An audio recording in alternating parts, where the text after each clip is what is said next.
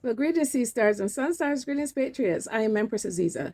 In the last vlog, we spoke about the reset, why the global powers are now here in the Caribbean. And when they start moving into territories, it means a system reset.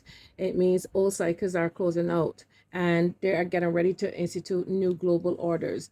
So we are going to explore Mount Warema and what that means for us here in the Caribbean. So when we talk about the Caribbean and South America, we usually treat them like separate regions, different histories, different stories, and different struggles. But if you step back geographically, historically, and even spiritually, they're part of the same living system. Long before borders and nations, the Caribbean wasn't seen as separate from mankind. Indigenous people moved between river systems, coastlines, and islands as one continuous world. The sea wasn't a barrier, it was a road. Spiritually and symbolically, South America functioned as the anchor, the deep land and the root land. And the Caribbean functioned as the outer edge, the threshold and the front line. That relationship, everything that came later. That's why so much pressure, conflict, and creativity and resistance shows up in the Caribbean first. It's right at the meeting.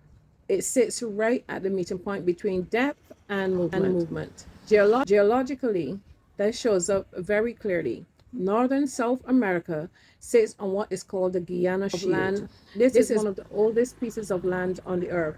We're talking billions of years old. It is stable, quite heavy, and dense.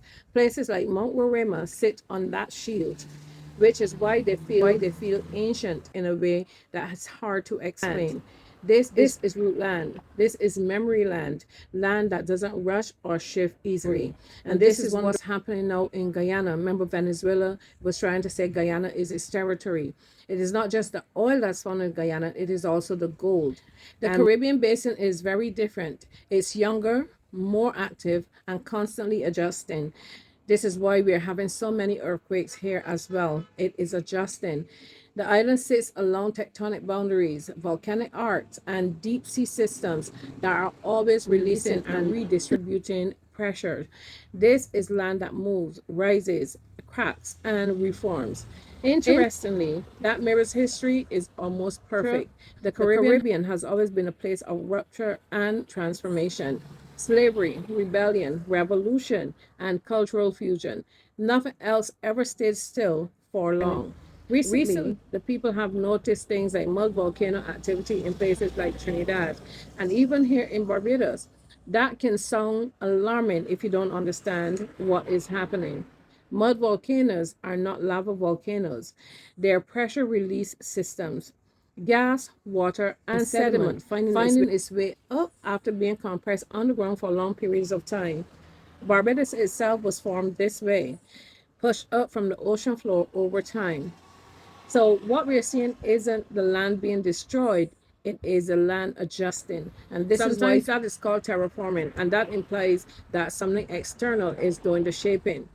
What's really happening is something much older and more ordinary. Even if it feels dramatic to us, its land is never actually finished forming. We just live through the quiet parts.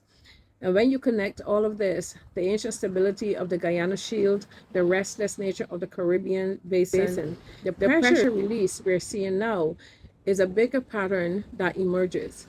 The Caribbean has always been a pressure zone, geologically, historically, spiritually. That's why empires come here early. That's why resistance erupted here first. That's why the region is constantly being watched, studied, patrolled, and explained away. In symbolic language, South America holds the root. What some traditions would call the dragon energy is actually dense, grounded, and an ancient force. The Caribbean holds a transformation, the instability where something new is always forming. That's where the dragon egg symbolism fits, not as a thing, but as a process, something incubating during periods of transition. None of this requires fear. None of it requires fantasy. It just requires us to stop pretending this region is random. The Caribbean isn't small. It isn't peripheral. It has always been the front line between ancient ground and emerging futures. And once you see that, a lot of history and a lot of what's happening now starts to make a lot more sense. I am Empress Aziza. See you in the next vlog.